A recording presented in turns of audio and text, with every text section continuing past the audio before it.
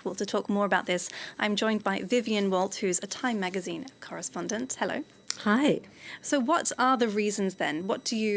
How do you decide whether to name somebody Person of the Year and why Donald Trump?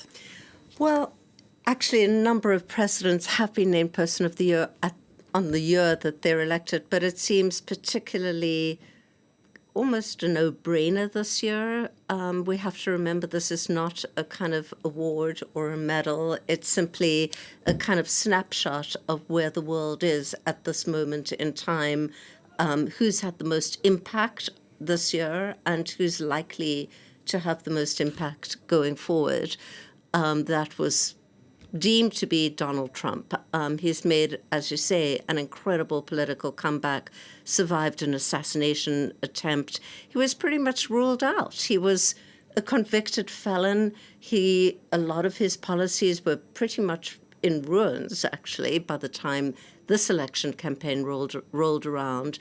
And through basically a combination of historical twist of fate and also his own incredible sort of forceful personality, he has managed to essentially smash a lot of the presumptions, a lot of the political alignments. He's probably realigned politics in the U.S., perhaps in other parts of the Western world too, for years to come. And you said it's not necessarily an award, it's just to say, this person has had an incredible amount of impact. What exactly does this nomination represent otherwise?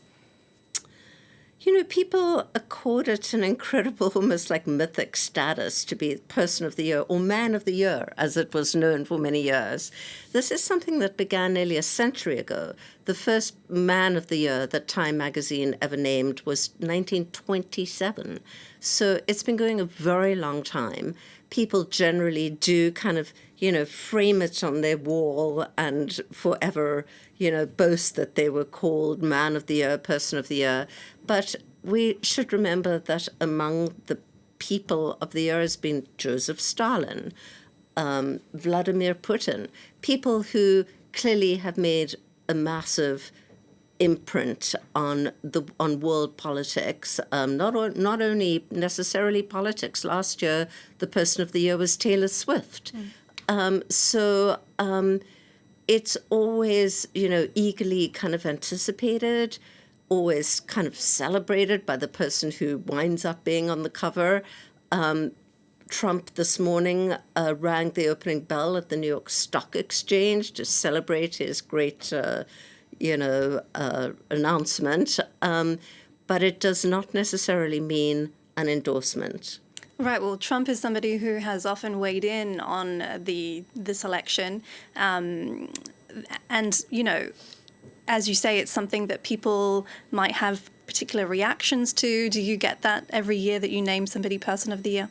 Absolutely. I mean, it is always a source of, great debate and a lot of criticism, particularly when it's somebody in politics. This is the second time he's been Person of the Year. And in fact, he's been on the cover of Time magazine probably more than 40 times in the decade that he's been in politics. I think that the only thing to be said about that is that we really are living in the kind of age of Trump, whether it's in Washington and, other parts of the U.S., or here in Paris, where he was last weekend, seated between Brigitte and Emmanuel Macron as a guest of honor at the reopening of Notre Dame, even though he hasn't even been inaugurated as president yet. So he is, for better or worse, a fairly historic personality at this point. All right, and we can see that new Time magazine cover on the screen behind you. Vivian Walt, thank you very much for coming on to speak to us today on Frost